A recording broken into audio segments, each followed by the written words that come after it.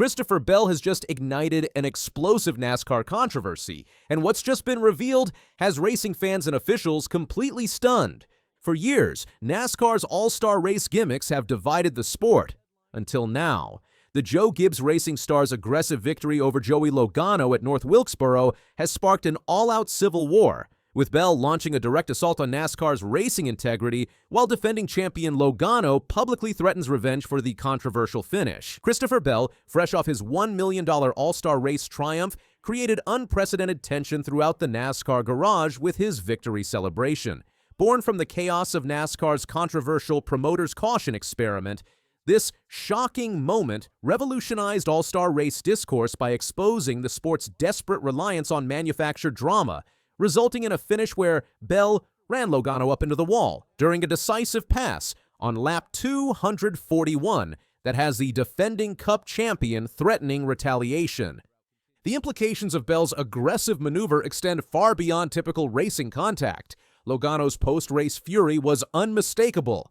"If I could have gotten to him, he was going around after a move like that," he declared to Fox Sports, essentially promising payback at a future race. This wasn't just disappointment, it was a public declaration of a vendetta against Bell that threatens to spill over into the championship points-paying races, beginning with next weekend's Coca-Cola 600 at Charlotte.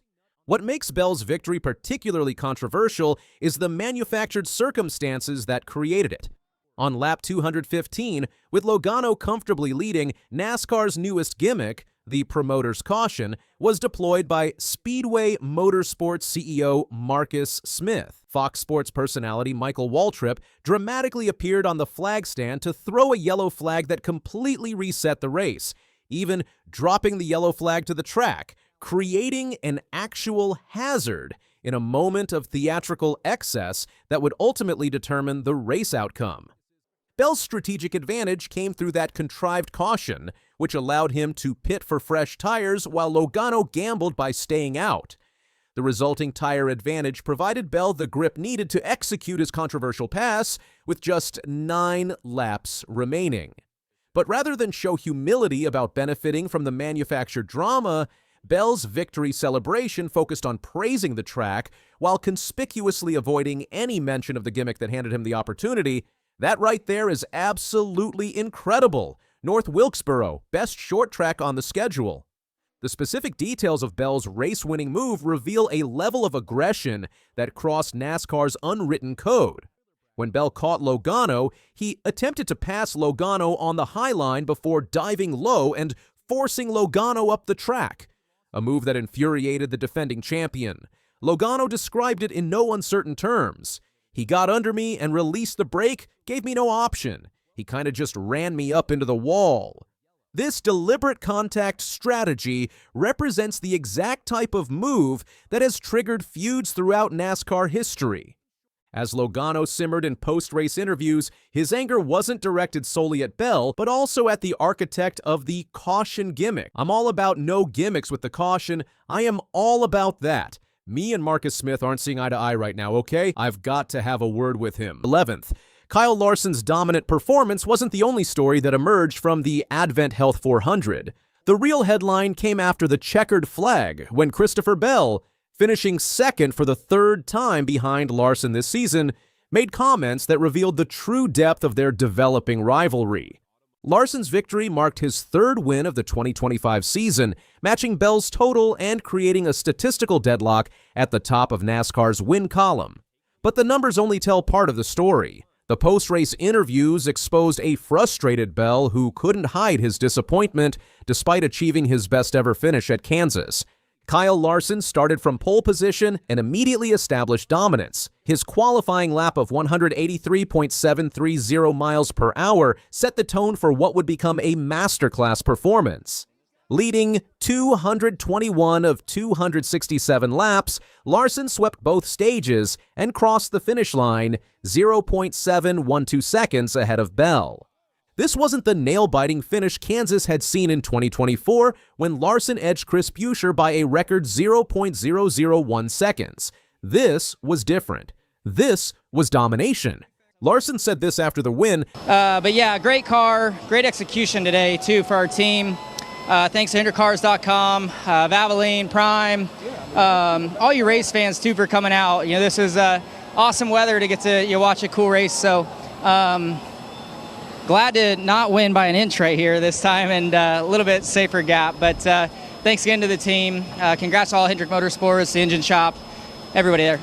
The comment referenced his photo finish victory at the same track last year. This public criticism of a major NASCAR power player by the defending champion sends shockwaves through the sport, suggesting that drivers are increasingly willing to challenge the sanctioning body's entertainment-driven decision-making. The importance of this controversy extends beyond a single exhibition race into the ongoing battle for NASCAR's soul. The All-Star race had already set a record with 18 lead changes, breaking the mark of 13 set in 2016, proving that North Wilkesboro was delivering organic excitement long before the manufactured caution reset the running order. This contradiction fuels Logano's righteous anger. "I'm pissed off right now. Just dang it, we had the fastest car." Bell's influence through this victory extends to questioning NASCAR's direction. While the Joe Gibbs racing driver focused his public comments on praising the venue, his team's strategic response to the contrived caution, pitting for tires rather than staying out, directly capitalized on NASCAR's attempt to manufacture drama.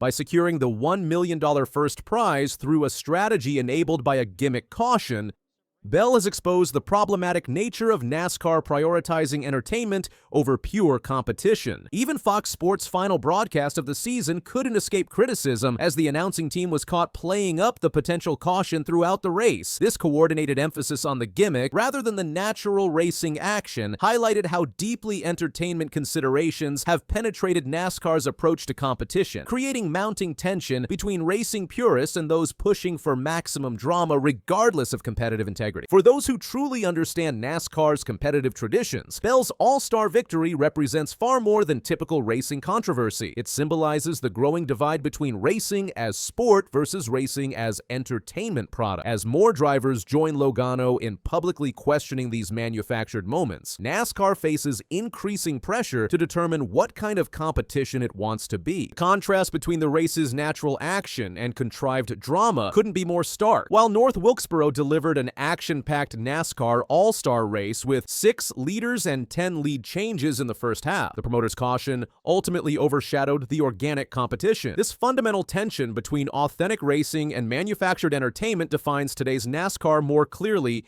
than any single on-track battle. Bell's story through this controversial victory shows the complex landscape modern NASCAR drivers must navigate. His journey from winning 3 consecutive Cup Series races earlier this season to securing his first All-Star triumph demonstrates how even victories now come wrapped in controversy when achieved through NASCAR's increasingly complex web of special rules and formats.